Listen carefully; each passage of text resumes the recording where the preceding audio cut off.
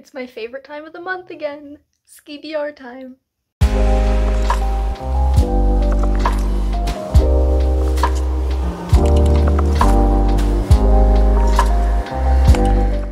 Hello everybody, my name is Danny and welcome back to my channel, and welcome to this month's installment of Skee-B-R, where I pick the books that I want to read, or more likely have to read, the following month.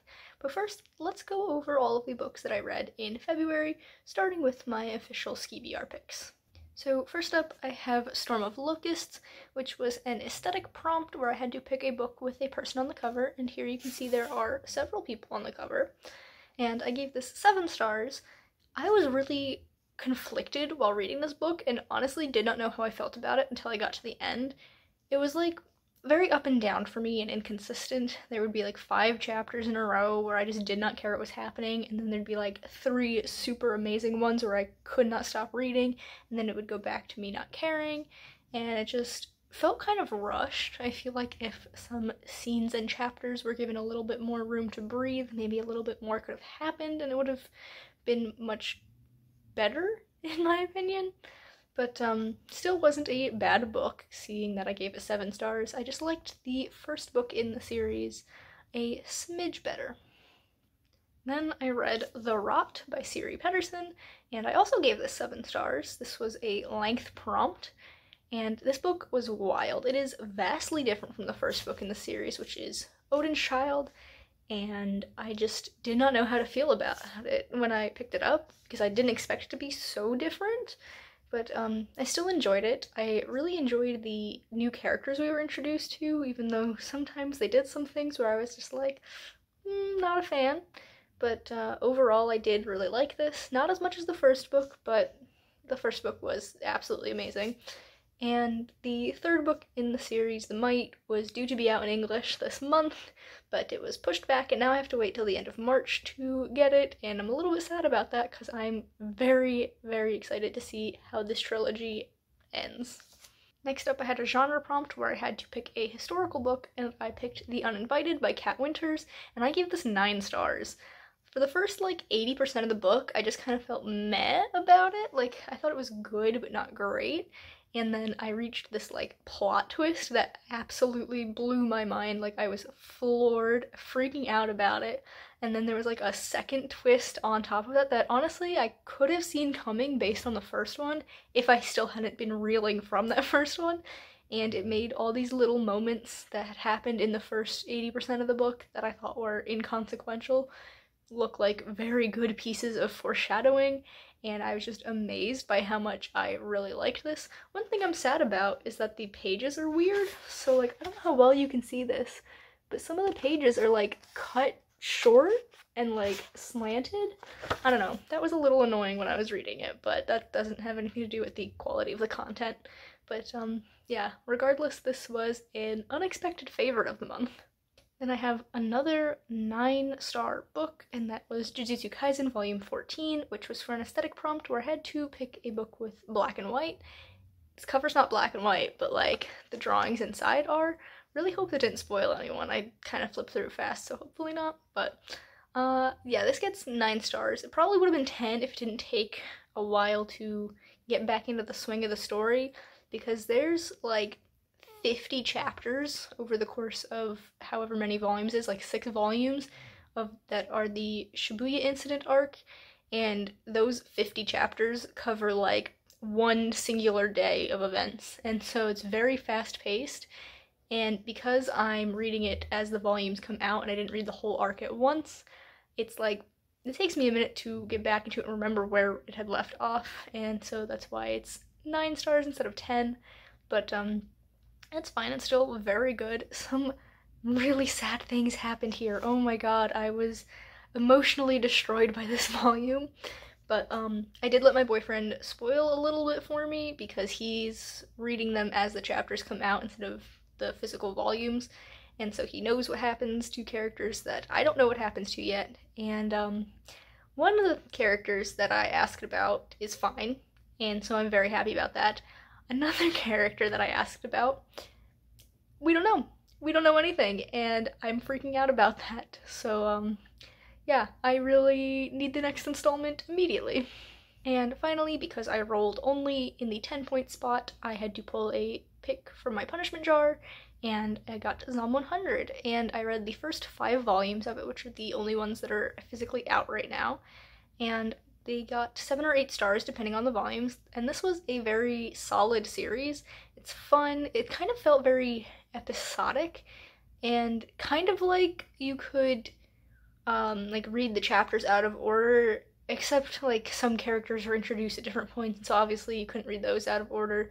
But yeah, it didn't feel like it flowed perfectly. But yeah, I'd say this is a very solid series. We know that I love zombies, so I didn't expect not to like this. And I do want to own them physically at some point because the covers are just these bright colors and they're so gorgeous, and I think it would look great on my shelf. And for books that were not on my Skee-B-R TBR that I read, first up we actually have a webcomic, which was Under the Oak Tree, and I gave this 7 stars. And I will not go into any details about this because I actually have an entire video dedicated to this webcomic, so if you want to know my thoughts about it, you can go check that out. Then I picked up Haru's Curse, which is a manga, and I gave it 8 stars. It was a super quick read. It's only 8 chapters, and I read it in like an hour. And this was really cute. It's a little weird. The premise is that the main character starts dating her sister's fiance after said sister passes away, and you get context for how that arrangement came to be, and it makes sense, but it's still a weird premise. But I did really like it, and it was nice to read something quick that finished up, and I think it was like wrapped up very nicely. And I will probably reread this next February because it felt very seasonal for like Valentine's Day and like starting to turn into spring. So if you're looking for a romance that's very sweet and short, definitely give this a try. After that, I picked up Blue Period Volume 6, and I gave this one 8 stars. I'm very glad that this series is staying strong because I read the first 5 volumes all together and loved them, and so I'm still enjoying the series. And my one critique of this volume is that I wish we saw the side characters more. It felt like we saw like every single important side character, but only for like half a second, and then the entire volume was focused solely on the main character, which makes sense. He's the main character, but like I wish we got a little bit more side character stuff in there. And finally, I picked up Dread Nation by Justina Ireland. I forgot how shiny this cover was, and I gave this 9 stars. And honestly, it's like so close to being a 10, but there's something about it that just prevents me from giving it the full 10 stars. I don't know, but I really loved this. This was a reread, and it's just so good. It's zombies set just after the Civil War. You have a bisexual protagonist. One of the other main characters is a romantic asexual. You have a little bit of disability rep with the main character here. It's so good. This book is so good. Honestly, it should be 10 stars, but it's like a 9.9 for me. But I'm currently reading the sequel, which is Deathless Divide. I'm reading the ebook, and as of the day I'm filming this, I still have 5 days left in the month, I think, if I can do math correctly. So I'm definitely going to finish it by the end of the month. And with that out of the way, I think that means it's time to roll our Skee-B-R rolls. I did read all of the books on my February Skee-B-R TBR, which means I don't have to pull from the punishment jar just yet. It might turn out that I have to pull anyway if I roll all in the same section, but we'll get to that when we get to that. And here we go with the first roll for March. And that is a 10 point, so that's a genre prompt. Okay, so something that I forgot to mention is that I'm hoping to read as much manga as I can this month. I'm kind of just really in the mood for it, so we're gonna see how many of these picks I can fit some manga into. So the first roll, I got a 10-point spot, which means a genre prompt. So I've got my blue bin, I'm gonna shake it out, and hopefully it'll give us a genre that I can match to a manga that I really want to read. Let's go with something from the bottom, just to make things difficult. Of course, they are all sticking. Let's go with this one. I have historical. Give me a moment to go over my list of manga, and I'm gonna try and find something. So that was actually much easier than expected. for those of you who don't know, I am a big fan of Demon Slayer. How I've been doing it is I would watch the anime and then read the chapters of the manga that was covered in the anime, but my boyfriend wants to read the manga too, and so we're gonna read it together, and now we have an excuse to get it done now and finish out the series. I have read the first, I want to say 8 volumes, and I think there's 23, so I'm like a third of the way through, and I'm hoping to finish it this month because that'd be pretty cool. And I just really love the series, and I'm glad that I could get it on this TBR. Moving on, we have roll number 2, and that's also a 10, so that's a length prompt. Next up, I rolled another 10, and so this is a length prompt, and so I got my D8. I'm gonna roll my fancy metal one because that was the closest one to me. So let's see, I got a 3. So I have to pick a book between 201 and 300 pages. I'm gonna check some physical manga that we have first and see if any of that fits. Okay, so I have a bit of a dilemma.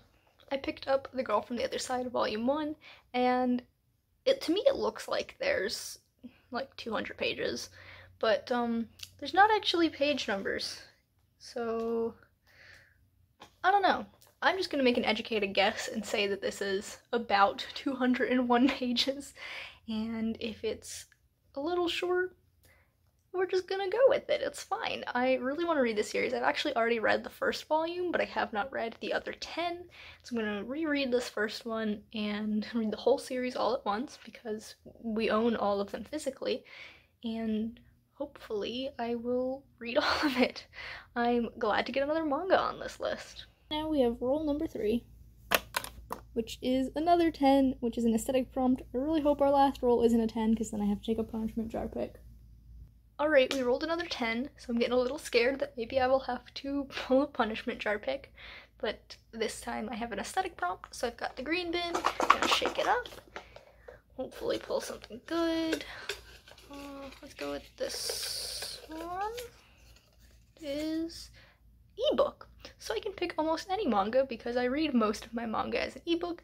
I'm gonna see which one I want to read the most. Okay, for this I'm going to go with Devil's Line. I am up to volume 5 out of, I believe, 14. As with the other manga, I'm going to try to finish it, but for the purposes of Skee-B-R, it's only 1 volume of each, so it's only the, I guess, 9th volume of Demon Slayer, the 1st volume of The Girl from the Other Side, the 5th volume of Devil's Line that is on this official TBR. I would like to read more than that though, so that's my pick for ebook, is Devil's Line. And now we have our last roll of the month, which is a 10, so it's another genre prompt, and also I have to pull from the punishment jar, of course. And of course, our 4th roll is another 10, which means I have to pull a punishment jar pick. But first, I have to pick another genre prompt. I've got the blue bin back out. I'm gonna shake it up. Give us a good one. Skee-B-R has been pretty nice to me, so hopefully that continues on. Let's go with this one. I can open it. A mystery, thriller, or horror. Give me 1 second. Okay, so for this one, I'm going to go with The Drifting Classroom. This is a classic horror manga from the 70s that I've had my eye on for a while, and there are there's 3 volumes in the big bind-up editions that they have at Barnes & Noble that I see all the time, but I don't know how many volumes there are when it's regular sized volumes. I'm gonna guess probably 9 or 10, because those thick boys look like they're probably about 3 volumes long. And yeah, I just really wanted to read this for a long time because those volumes just look really cool, and the premise is a school gets sucked into an alternate dimension full of monsters and terrible things, and that sounds so good. And so my pick for a horror mystery thriller is The Drifting Classroom. Okay, so now all we have to do is my punishment jar pick. So I have the jar in question, and there's a good amount of manga in here that I could pull out, so I'm hoping that's what happens. But if I do have to read 1 novel for this TBR, that'd be fine. It would be really cool if I get a manga though. So if I pull out a novel, I might read it. I might also switch it out for a manga. I don't know. We'll decide after I pick it out. So, open the jar first.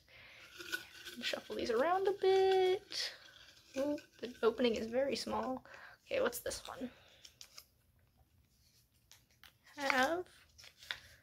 Oh, that's funny.